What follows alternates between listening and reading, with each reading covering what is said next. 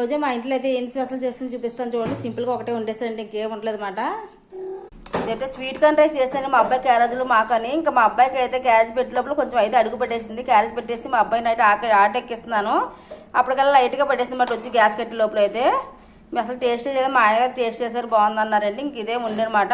ఇది ఒక మధ్యాహ్నం మట్టుగా ఉండేది ఈ రోజు అయితే స్వీట్ కార్న్ రైస్ అయితే. మళ్ళీ ఈవినింగ్ అయితే ఏదైనా కర్రీ వండుకొని రైస్ అయితే వండుకుంటాము.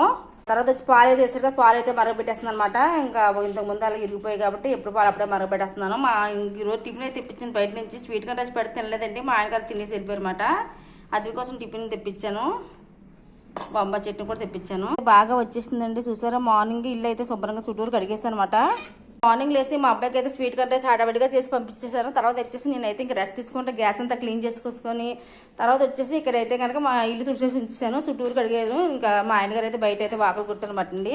ఇంకా మా ఆయనగారు లేచి తడుగుంట అయితే పెట్టేశారు అన్నమాట. ఈ రోజు అయితే కనుక ఇల్లంతా నేను తుడిచించితే ఇంకా తర్వాత అయితే అంతా కడిగేశాను. చుట్టూరు ప్రతి వారం చెప్పేదే, ప్రతి వారం లక్షవారం అయితే కడిగేస్తాం కదా. అయితే మధ్యాహ్నం అయితే మా ఫ్రెండ్ ఆంటీకి వెళ్తామని ఫోన్ చేశాక నేను ఇప్పుడు ఎవరింటికి పెద్దకి వెళ్ళను. కాకపోతే మా ఫ్రెండ్ నా స్కూల్ క్లాస్మేట్ అండి, వాళ్ళకి అయితే వెళ్దాం అనుకుంటున్నాను. ఈ రోజు అయితే కనుక చిన్న పని ఉందండి, దానికోసం అయితే వెళ్తున్నాను అనమాట అండి. చూసారు ఈ రోజు అయితే పూజ అయిపోయింది, కానీ మధ్యలోనే అయితే హారతి ఇస్తుంటే హారతి అయితే కొండెక్కిపోయింది. నాకు చాలా భయం అనిపించిందండి. కాకపోతే నేను ఎప్పుడు ఎటు పట్టించుకోను. ఇంకా దేవుడు ఎలా జరగాలంటే అలా జరుగుతుంది. ఇక మనం ఫాస్ట్గా తిప్పడం వల్ల కానీ ఇలా జరగచ్చు, లేదంటే కనుక మనం అదే ఏమన్నా అది సరిగా వెలిగి ఉండకపోవచ్చు అనుకుంటాను. నేను కంగారు పడను, కాకపోతే దేవుడు ఫస్ట్ భయం అనిపిస్తుంది, కొంచెం భయం అయితే అనిపించిందండి నాకు, ఎందుకు ఇలా జరిగిందని. కాకపోతే నేను దీన్ని పట్టుకొని అలాగ భయంగా పెట్టేసుకొని ఉండండి, దేవుడు అలా జరగవలసింది అలా జరుగుతుందని అనుకుంటాను అనమాట. దేవుడి వల్ల ఈ ఆర్ట్ వల్ల ఎవరికి ఏ ప్రమాదం ఎటువంటి ప్రాబ్లం ఉండకూడదు అనుకుంటున్నాను. ఎందుకంటే నేను ఎప్పుడు ఏమి దీపం కొండెక్కిపోయినా వెలిగించేటప్పుడు, లేదంటే ఇలాగ హారతి గారు కొండెక్కిపోయినా ఎప్పుడు నేను టెన్షన్ పడినండి. ఎందుకంటే మన గాలి వల్ల కానీ దేని వల్ల కావచ్చు కదా, అదే అనుకుంటాను అనమాట.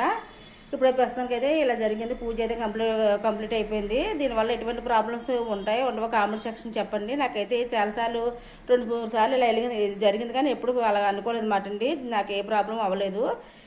మీకు ఎప్పుడైనా అలా జరిగితే కామెంట్ సెక్షన్ చెప్పండి. ఇప్పుడైతే మొత్తం పని అయిపోయింది. ఇప్పుడైతే ఇంకా పాలు మరిగాక మా అమ్మాయికి టిఫిన్ తినిపించి కొంచెం రెస్ట్ తీసుకుంటాం. మధ్యాహ్నం భోజనం ఇంటికి వెళ్ళాలి కాబట్టి మా ఫ్రెండ్ ఆంటీకి ఒకవేళ అమ్మాయి తీయమంటే వీడియో తీస్తాను, లేదా లేదు. Okay, bye bye.